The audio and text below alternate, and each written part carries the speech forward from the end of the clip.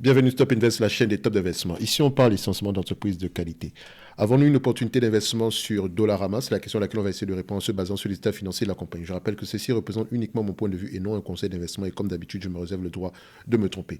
On a déjà parlé de cette compagnie. Enfin, on l'a jamais analysé, mais je l'ai mentionné sur la vidéo concernant Dollar General et Dollar Tree, qui sont deux excellentes entreprises à avoir en portefeuille, enfin, à avoir dans vos watchlists. Ok? Je ne vais pas revenir dessus. J'ai dit Dollar General. OK, et Dollar Tree, DLTR, j'ai bien, exactement. Bref, maintenant on va parler de Dollarama qui fait à peu près la même chose, mais au Canada essentiellement. OK, donc on va aller sur la même tendance ici, c'est essentiellement des produits ici à petit prix. Donc, on y va directement. En termes de revenus, magnifique, on aime ça. D'accord? Est-ce qu'il y a quelque chose on pourrait rajouter ici? Non, pas du tout. OK? Maintenant, il faut également aller regarder ici en termes de marge brute. Est-ce que les marges brutes ici sont à peu près stables ou croissantes? Je rappelle ici que c'est une demande d'analyse spéciale, donc c'est-à-dire que c'est une demande d'analyse pour un abonné Top Premium. Donc, le lien vers le service Top Premium est dans la description de la vidéo. Donc, est-ce qu'en termes de marge brute, on a une stabilité? Tant mieux, c'est parfait. Croissance, c'est bien, mais avec maintien des marges, c'est encore mieux. C'est parfait. Donc, maintenant, est-ce que les net income et les free cash flow parlent le même langage? OK? Donc, free cash flow, net income, est-ce qu'on parle le même langage? Je les mets sur le même graphique ici. Qu'est-ce que j'obtiens? Voilà. Les free cash flow ont tendance à être plus élevés que les net income ici, mais on peut se dire à peu près que voilà, on reste à peu près au niveau de, on est sur la, voilà, on parle à peu près le même langage, sauf à peu près depuis 2019 ici, donc il faudrait aller voir à peu près ce qui s'est passé à ces niveaux-ci, mais bon, on parle à peu près le même langage, donc c'est assez correct ici. OK? Donc, maintenant, je vais prendre les marges de net income, d'accord? Au moins ici, on sait que voilà, on n'est pas loin des free cash flow. OK? Donc, marge de net income, c'est qu'est-ce qu'on obtient? Donc, net income margin. Alors, net income margin ici, qu'est-ce que j'obtiens? J'obtiens quelque chose ici aux alentours, je prends la médiane. OK? Donc, la médiane, vu qu'elle a publié ses résultats financiers annuels, donc on va les prendre ici en yearly, ça donne quoi? Donc, c'est bien ça. Oui, ça a été publié déjà. Donc, sur les 5 dernières années, on a à peu près 15% de croissance. Si on regarde sur les 20 dernières années ici, on a du 12%, mais vous voyez que la croissance tend à augmenter ici, donc vous me prenez ce qu'on a sur les dernières années. Donc on a à peu près sur du 15%, d'accord, 15% ici sur les dernières années. Donc quoi qu'on a terminé l'année 2022 ici avec près de 15,30% ici, mais voilà, on va se dire on est aux alentours de 15% ici.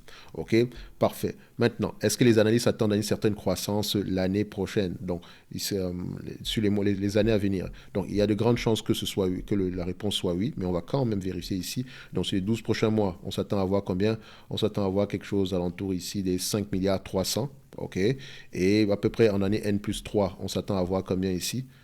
On sera à quelque chose aux alentours des 5 milliards 900. OK. Donc, on s'attend à une certaine croissance. Parfait. En termes de PER, le marché paye combien ici pour ce genre d'entité-ci? Donc, il y a de fortes chances qu'on paye cette compagnie ici à 20 fois les bénéfices par là.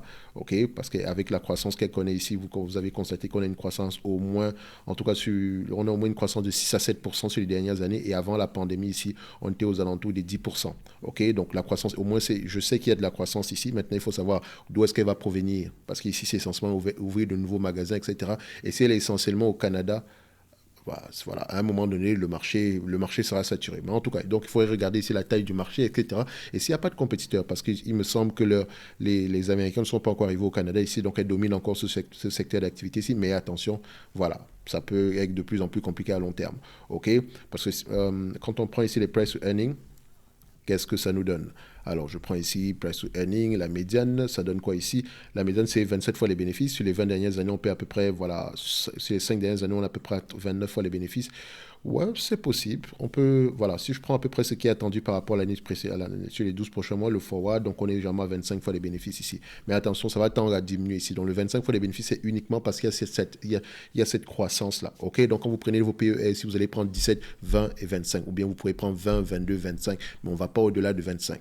D'accord? Donc maintenant, une fois qu'on a cette information-ci, qu'est-ce que je vais aller chercher en supplément ici? La dette nette. OK? Donc la dette nette ici est de combien? Donc la dette nette ici est à peu près de 4 milliards 300, 4 milliards 30 millions, mais je vais quand même aller vérifier, d'accord, sur Yahoo Finance, quel est le niveau de dette nette. OK? Donc vu que c'est ici, Yahoo Finance, Yahoo Finance. Alors, je rappelle que c'est une très belle entreprise à avoir dans sa watchlist, déjà, d'accord? Avant même qu'on termine, vous voyez que le revenu est croissant, les marges sont croissantes, voilà, stable. C'est le genre d'entreprise qu'on recherche. Il ne faut pas se casser la tête avec des entreprises qui n'en valent pas la peine du tout, d'accord? Les marges sont stables, c'est un business à peu près facile à comprendre, c'est de la consommation, enfin, C'est de la consommation ici, on met consommation discrétionnaire, mais en réalité, ce business, il performe très bien en période difficile, mais même en période d'inflation, parce qu'elle vend essentiellement à petit prix.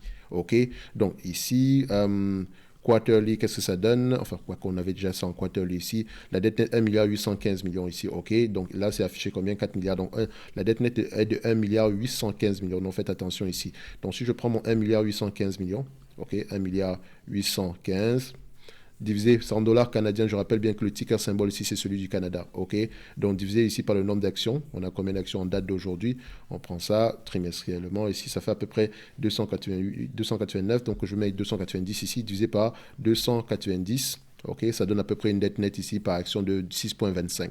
OK, je rappelle ici que la dette nette, etc., voilà, il faut regarder également par rapport à l'EBITDA, est-ce qu'elle a moins de payer cette dette nette, cette dette nette-là, d'accord, vu que la dette nette ici n'est pas ajustée. OK, tout ce qu'on va faire, c'est regarder en termes de volume ici, à peu près qu'est-ce qu'on a, et vous divisez juste, voilà, elle peut repayer sa dette ici en moins d'un an. Et même si vous prenez la dette nette qui est affichée ici, c'est inférieur à 5, donc c'est correct. Maintenant, une fois qu'on a nos PER, d'accord, on a à peu près notre dette nette, OK. Qu'est-ce qu'on va aller chercher? Là, on va aller chercher nos bénéfices nets par action. Et là, je vais directement sur Coifin, OK, pour que ce soit plus rapide ici. Donc, on va directement sur Coifin. Alors, sur Coifin, je vois ici qu'on s'attend à 3,63$ ici d'ici 2025. Je vais essayer de regarder les free cash flow ici. Est-ce qu'on a à peu près la même tendance? 3,71$ pour les free cash flow. Donc, les free cash flow auront une tendance à être plus élevée que ça. On l'a vu sur les dernières années. Donc, qu'est-ce que je vais faire maintenant? Je prends 3,63$. On va être optimiste directement, OK. Est-ce que les analystes ont tendance à avoir raison sur ce genre de business-ci? Oui, il y a de fortes chances oui, il y a de fortes chances qu'ils aient raison la plupart du temps ici, parce que c'est un business assez prévisible. OK, c'est un business assez prévisible. Maintenant, en termes de valorisation, ça donne quoi? 3,63 multiplié par 25 fois les bénéfices, moins la dette nette qui est aux alentours ici de 6,26, donc 6,25, 86 ici, donc je mets 6,26 ici, ça fait à peu près 84$ et 49 sous. 84$ et 49 sous. Donc c'est ici X25, on est à 84$, 84,49.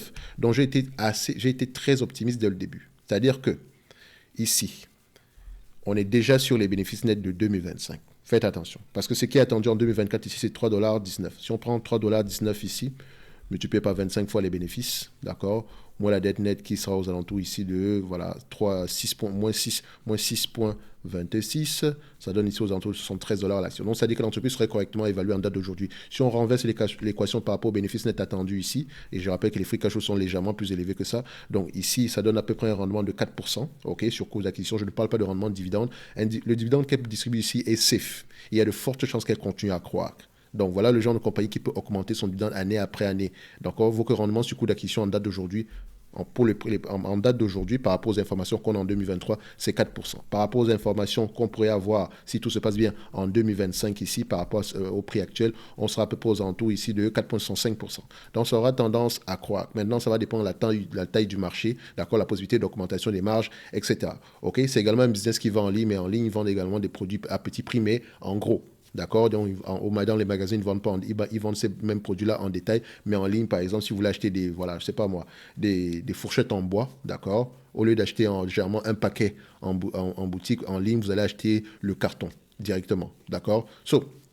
Ici, on va se dire que c'est une compagnie qui est correctement évaluée en date d'aujourd'hui, d'accord? Donc, tout dépend de la croissance future. Maintenant, si la croissance future, par exemple, admettons que le management vise à peu près sur le marché canadien l'atteinte ici, par exemple, en termes de revenus, je dis imaginez. C'est quand je dis imaginer, c'est-à-dire on vérifie quand même, d'accord? Regardez l'objectif du management. S'ils pensent que la taille du marché, ils peuvent atteindre à peu près 10 milliards de dollars ici en termes de chiffre d'affaires juste pour le Canada, sur au moins, disons, sur les 10 prochaines années. Donc, on peut se dire ici que le prix, les bénéfices nets actuels ici pourraient doubler. OK? Donc, quand je parle, voilà, bêtement, ça pourrait doubler, donc le prix pourrait être assez élevé dans le futur. OK? Donc, ceci n'est que mon avis, c'est une très belle entreprise à avoir en portefeuille, enfin, à avoir dans la watchlist. Pourquoi je dis toujours en portefeuille? OK? Donc, au prix actuel, on est correctement évalué. On ne surpaye pas pour cette compagnie-ci. D'accord? Est-ce qu'elle a donné une opportunité d'investissement dernièrement? Oui, aux alentours ici de 2019, ici, on avait un bon truc, on avait une bonne période d'achat ici. Donc, ici, c'est pas que c'est exceptionnel, mais voilà, vous êtes correctement évalué. Ça reste une très belle entreprise à avoir en portefeuille. De toutes les façons, je ne pense pas que quelqu'un surpaye au prix actuel. OK? Surtout si la croissance se continue. OK? Donc, N'oubliez pas, pour ceux qui veulent aller plus loin, le lien vers le service Top Premium est dans la description de la vidéo. Vous pouvez avoir accès ici en primeur à la prévente ici de la formation qui arrive au courant du mois d'avril sur comment analyser une banque et comment lire les rapports financiers par les états financiers, lire les rapports financiers, quelles sont les questions à poser. En supplément de ça, vous pouvez demander des analyses quantitatives, plus les 2 notes d'analyse qui concernent les entreprises sous-évaluées que moi je vous propose chaque mois ici, plus les notes de suivi des entreprises précédentes. Ok, tout ceci uniquement pour les 130 personnes ici, en tout cas la formation pour les 130 personnes restantes ici. D'accord, je vous rappelle que ça s'arrête, cette promotion-là s'arrête uniquement au mois de mars. En tout cas pour la formation uniquement, parce que la formation aura un prix totalement individuel ici. Donc le prix sera unique ici une fois que elle sera disponible au mois d'avril. Mais le service Top Premium, le prix affiché en date d'aujourd'hui restera le même, sauf que vous n'aurez pas accès à la formation sans charge supplémentaire. Ok, pour ceux que ça intéresse. Ok, donc on va se donner rendez-vous ici sur la prochaine vidéo. Dollarama, excellente entreprise, prix actuel correct, ok, rendement sur cours de 4% date d'aujourd'hui pourrait continuer à augmenter. Le dividende actuel, il est safe, même s'il est petit. Beaucoup de gens vont dire, ah, il est trop petit, etc. Mais ce dividende va avoir tendance à augmenter. C'est exactement ce genre de compagnie ici qui, dans 10 ans, 20 ans, vous dites, oh, ça fait 20 ans qu'elle augmente son dividende, machin. Bref, c'est ici que ça commence. D'accord? On va se donner rendez-vous sur la prochaine vidéo et d'ici là, portez-vous bien. Merci.